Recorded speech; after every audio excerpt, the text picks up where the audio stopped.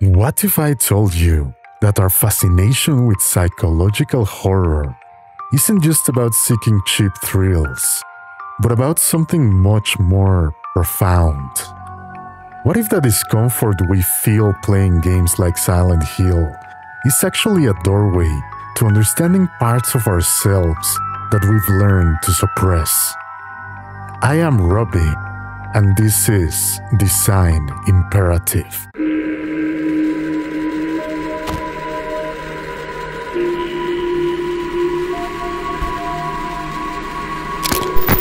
In his seminal work, Man and His Symbols, Carl Jung wrote that the psychological rule says that when an inner situation is not made conscious, it happens outside as fate. This observation cuts to the heart of why psychological horror resonates so deeply with us. It externalizes our inner demons, giving them form and substance in a space where we can finally confront them. When we guide our characters through the fog-drenched streets of Silent Hill, we're not just playing a game, we're embarking on a psychological journey.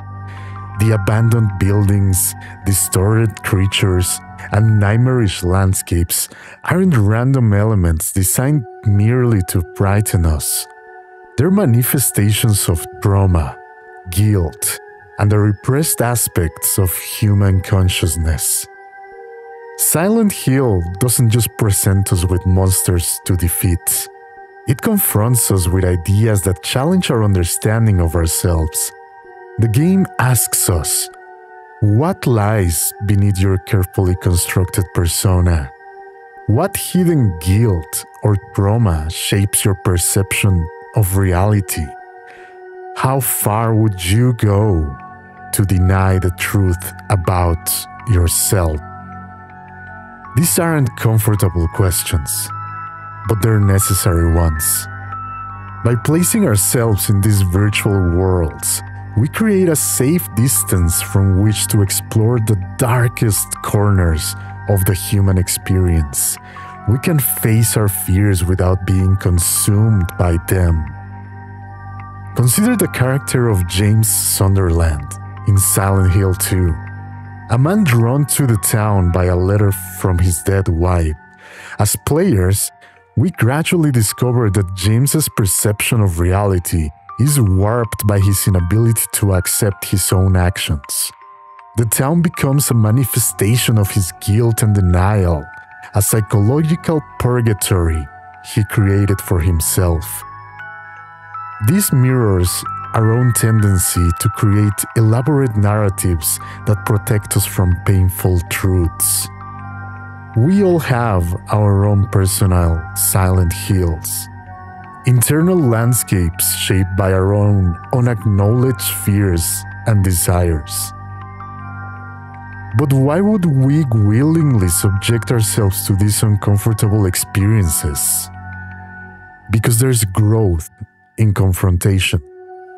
By facing the shadow, as Jung would call it, we integrate those disowned parts of ourselves and become more whole.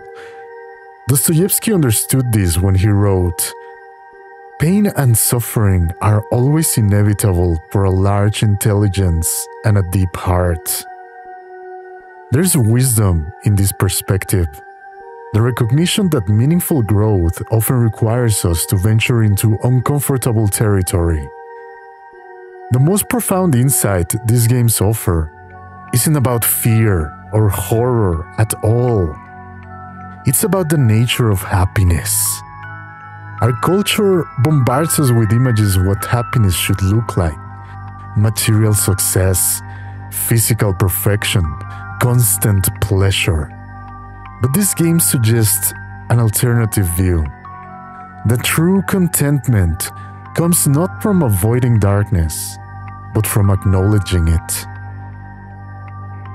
When we emerge from the fog of Silent Hill, having faced its horrors, we gain a deeper appreciation for the simple clarity of ordinary life. We realize that happiness isn't about accumulating more, but about seeing what we already have with clearer eyes. This is perhaps the most counterintuitive lesson these virtual nightmares teach us. By confronting trauma and suffering, even in simulated form, we can actually expand our capacity for joy. We learn that happiness isn't the absence of darkness, but the integration of it into a more complete understanding of ourselves. In my own experience playing these games, I've found myself reflecting on aspects of my life I'd previously avoided examining. The atmospheric tension creates a state of heightened awareness where self-reflection becomes almost unavoidable.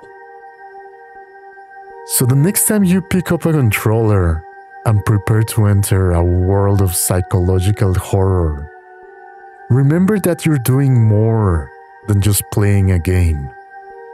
You're participating in a tradition as old as storytelling itself, using metaphor and symbol to explore the furthest reaches of human experience.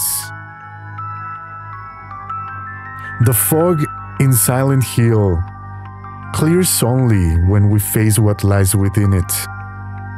So I challenge you to ask yourself, what truths might your own psychological Silent Hill hold?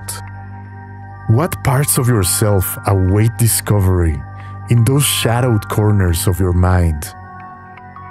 The path to authentic happiness may well lead through territory you've been avoiding.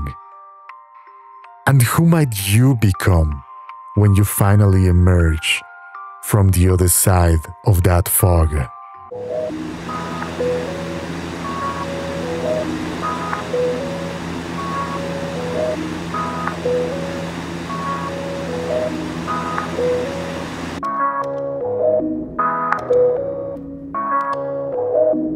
This has been Design Imperative.